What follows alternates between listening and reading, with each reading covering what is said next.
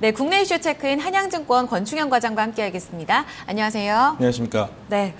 자, 오늘 장은 어떤 이야기로 이번 주를 살펴봐야 될지, 이야기를 풀어갈지 이슈부터 점검하겠습니다. 네, 이슈 제목입니다. 단기간 낙폭과대에 대한 이야기 나눠보겠습니다.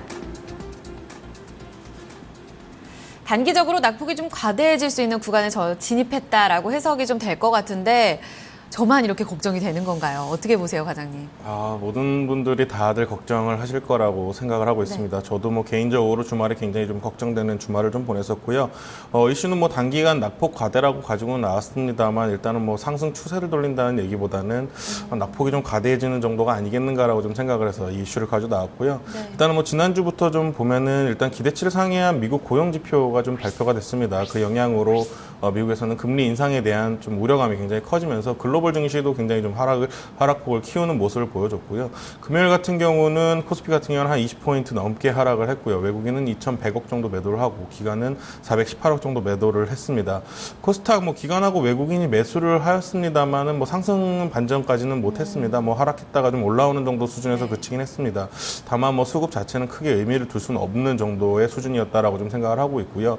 일단은 지난 한 주를 봤을 때 거의 뭐 최악의 한 주가 아니었는가 좀 생각을 하고 있습니다. 지난 한 주만 거의 3% 넘게 좀 급락을 했더라고요. 그리고 국제 유가라든지 원자재 가격이 좀 급락을 하면서 시장 자체는 굉장히 좋지 못했습니다. 일단은 외국인의 셀코리아가 굉장히 좀 문제가 되는 것 같은데요. 지난주에만 한 7,200억 수준의 매도를 좀 나오면서 굉장히 좀 안 좋은 시장의 모습을 보여주고 종목들도 굉장히 좀 맥을 못 추는 그런 모습들을 보여줬습니다. 더군다나 뭐 주말간에 굉장히 좀 안 좋은 뉴스가 또 나왔습니다. 프랑스 파리 테러가 좀 크게 이슈가 되면서 굉장히 좀 설상가상의 역할을 하는 것이 아니겠는가 좀 생각을 하고 있습니다. 다만 지금 자리에서 뭐 추가적인 하락이 나온다면은 뭐 저가 메리트가 발생을 할 수 있는 그런 구간이 아니겠는가 좀 생각을 해서 단기간 좀 낙폭 과대의 영역에 들어올 수 있다 이렇게 생각하는 하루였습니다. 네. 이렇게 단기적으로 어떤 가격 메리트가 부각될 시점이라고 한다면 그동안 뭐 지정학적 이슈라든지 이 같은 테러와 관련한 좋지 못한 이슈들이 터질 때마다 상당히 또 낙폭이 과해지잖아요. 이때 이 전에 어떤 시장 분위기가 상당히 좋았더라면 이 부분이 어떻게 보면 이런 말씀 드리긴 좀 그렇지만 기회의 영역으로 들어서기도 하는데 지금은 전반적으로 분위기가 좋지 못한데 그런 부분에서는 어떻게 봐야 될지. 네, 맞습니다. 일단은 뭐 한국 시장 같은 경우는 더군다나 디커플링으로 인해서 굉장히 좀 하락폭이 오히려 더 크게 느껴지는 그런 시장 중에 하나인데요. 일단은 뭐 대내 이슈로 일단 하락해서 시작할 가능성이 굉장히 높습니다. 다만 뭐 단기간에 과도한 낙폭으로 기술적 반등이 가능하지 않겠는가 개인적으로 좀 생각을 하고 있고요. 추세 전환까지는 시간이 좀 필요할 수 있다라고 좀 생각을 하고 있습니다. 그렇기 때문에 좀 지지선을 어느 정도 좀 생각을 하시고 매매를 하셔야 된다라고 좀 생각을 하는데 코스피 같은 경우는 1950포인트 선에서는 어느 정도 지지 라인이 좀 저항선이 좀 크게 들어오지 않겠는가 좀 생각을 하고 있고요. 코스닥 같은 경우는 박스권 하단에 좀 위치하고 있기 때문에 추가적으로 밀린다면 금방 좀 올라올 가능성이 굉장히 높은 자리에 위치해 있다라고 좀 생각을 하고 있습니다. 다만 뭐 기관이라든지 외국인 수급이 굉장히 돌아오기 쉽지 않은 상황이기 때문에 하락 추세가 좀 유지가 될 가능성이 좀 많다라고 좀 보시고 시장에 대해서는 좀 긍정적인 시각보다는 좀 조심을 해야 된다는 시각을 좀 더 그 시각을 유지를 해야 되지 않겠는가 이렇게 좀 예상을 해봅니다. 네. 일단은 뭐 그러면 지지선 같은 경우에는 아래쪽으로 더 열어두자라고 이야기를 하셨는데 그런 부분들 양지수의 어떤 하단은 어떻게 보고 계신가요? 네, 방금 전에 말씀드린 코스피 같은 경우는 한 1950포인트부터는 좀 어느 정도 매수를 하셔도 메리트가 좀 나올 수 있는 상황이고 현재 조선이라든지 이런 기계 쪽 보면은 뭐 PBR이 0.5배 정도 되는 종목들이 이제 뭐 나오기 시작했거든요.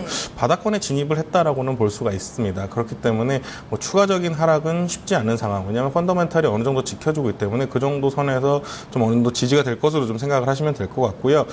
일단은 뭐 시장을 대응하실 때는 낙폭과대 종목 위주로 좀 어느 정도 매매를 하시면 될 것 같습니다. 지금 현재 바닥권에 있는 종목들이 많고 만약에 오늘 추가적으로 하락할 종목들이 굉장히 많이 나올 가능성이 많은데 가매도권에 진입을 할 수가 있습니다. 이런 종목 같은 경우는 저점을 잘 잡으신다면은 3%에서 5% 정도는 단기 매매로 금방 좀 수익을 낼 수 있는 그런 구간이 나올 수 있기 때문에 좀 그런 식으로 매매를 하시면 될 것 같고요. 다만 중장기적으로 좀 매매를 하시는 분들 같은 경우는 외국인들이라든지 기관의 매수세를 좀 기다리셔라 그렇게 말씀을 드려야 할 것 같습니다. 일단은 뭐 기간 어제는 뭐 한 418억 정도로 크게 매도는 나오진 않았습니다만 언제든지 뭐 1,000억, 2,000억 금방 매도가 나올 수 있는 기간의 지금 현재 연말의 모습을 보여주고 있기 때문에 그런 부분도 좀 조심을 하셔야겠다라고 좀 생각을 하고 있고요. 굉장히 좀 보수적으로 포트를 운영을 하셔야 되지 않겠는가. 그리고 대형주보다는 중소형주의 움직임이 좀 더 좋겠다라고 좀 개인적으로 생각을 하고 있고요.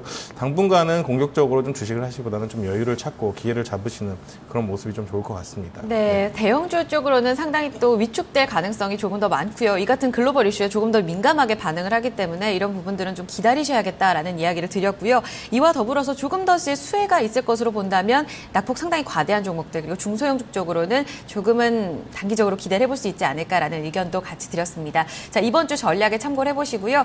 자, 오늘 이야기는 여기까지 나눠보도록 하겠습니다. 한양증권 권충현 과장과 함께 국내 전략 살펴봤습니다. 감사합니다, 과장님. 감사합니다.